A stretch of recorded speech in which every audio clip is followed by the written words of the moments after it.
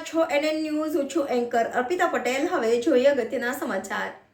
અખિલ ભારતીય પ્રાથમિક શૈક્ષણિક મહાસંઘ અંજાર તાલુકા અને નગર આયોજિત વોલીબોલ ટુર્નામેન્ટ પ્રાંત કચેરી અંજાર ખાતે યોજાઈ ગઈ, જેમાં મુખ્ય મહેમાન તરીકે deputy collector Shri Sunil sir તેમજ ટ્રોફીના દાતા પિયુષભાઈ શ્રીવાસ્તવ, સંસય એકેડમી આદિપુર અને સનીભાઈ બુચિયા ફાઉન્ડર પેરેડાઇઝ ફાઉન્ડેશન ઉપસ્થિત રહ્યા હતા. તેમજ અખિલ ભારતીય પ્રાથમિક શૈક્ષિક મહાસંઘના જિલ્લાના અને તાલુકા નગરના વિવિધ હોદ્દેદારો ઉપસ્થિત રહ્યા હતા.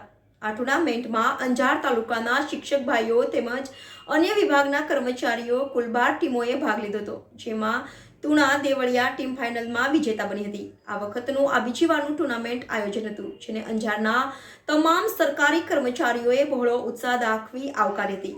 આ કાર્યક્રમમાં જખરાભાઈ કેરાસિયા, બંસી પેટ્રોલિયમ ચાંદ્રાણી તરફથી ભોજનનો સહયોગ મળ્યો હતો.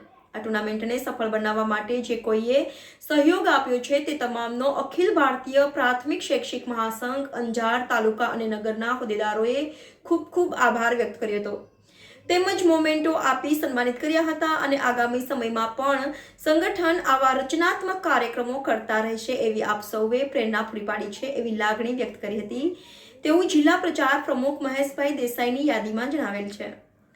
Reporter Ranmal Chauhan, NN news, Kutch.